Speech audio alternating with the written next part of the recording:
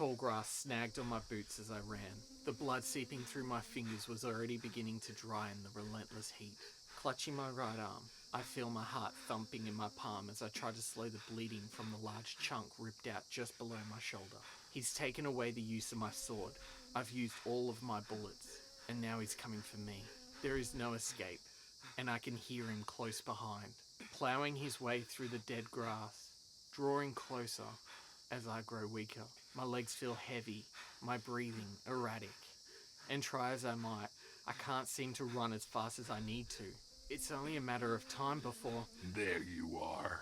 A set of freakishly strong hands grab me from behind and throw me to the ground. Chipped, dirty nails pierce my clothing and dig deep into my skin, only stopping when they hit bone. Now, where were we? I scream with hopeless fear as his gruesome face approaches my own.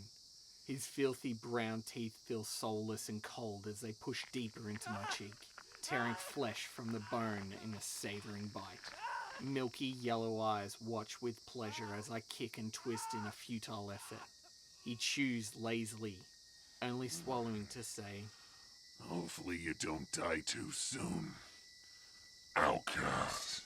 His rough voice thick with blood as he leans over for another mouthful. Please stop! I scream, snapping my eyelids open to see my arm reaching out to the night sky from the forest floor. Cracks and pops of my campfire bring reality gently back as a cold tear rolls down my cheek.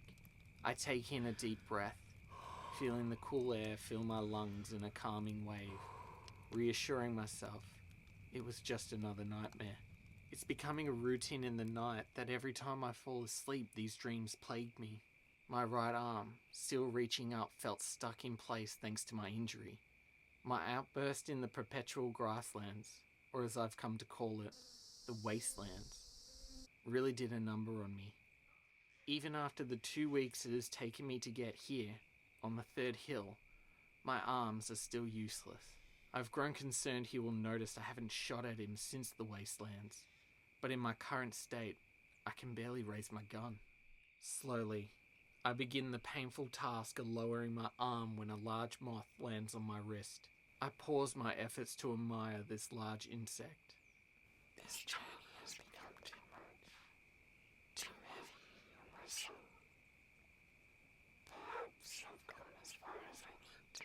My eyes widen as I realize what will happen next. Like a smoky shadow, the green-eyed cat launches at the moth, latching itself to my arm with teeth and claws. I stifle a scream as my arm is forced to the ground in a flurry of hisses and growls. I sit up and frantically try to free myself of the bastard, but in my damaged state, all I can hope is that she lets go and scurries off on her own. Then suddenly, she did just that. Claiming her prize, she faded off into the shadows in a sprint. Hey, are you two playing? I instantly froze, paralyzed with shock as I didn't hear his approach. Come back, I want to play too, he remarked as he slowly walked past me and over to where the cat disappeared near a tall tree. Still in a state of surprise, I painfully forced myself to my feet so he was no longer standing over me. My arms hung limp by my side as I stared at his cloudy eyes that glowed yellow in the firelight. Well, I guess it's just you and me again. He turned to me, and the urge to shoot him in the face made me realize my gun was still on the ground next to where I was sleeping. I took a few steps back, feeling my heart race with helplessness. Was this the moment all the nightmares were preparing me for? Hey, your hand's shiny. He closed the gap and reached out, clasping my scratched hand faster than I was expecting. His cold, rotting flesh squeezed me tightly as he inspected it. Did the puppy... Let go of me! I recoiled, my hand slipping out of his thanks to the blood. Go find someone else to bother.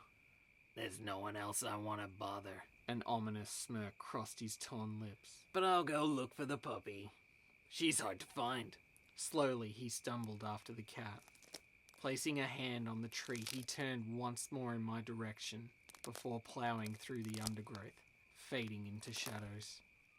As his hand fell slack to follow, a bloodied handprint remained, sending a wave of fresh fear up my spine. He has my blood.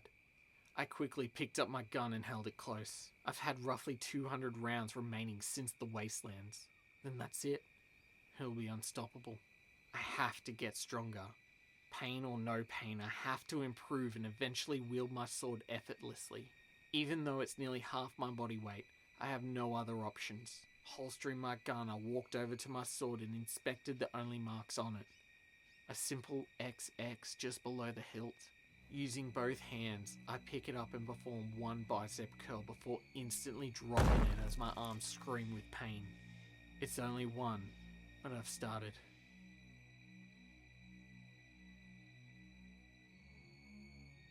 211 bullets remain.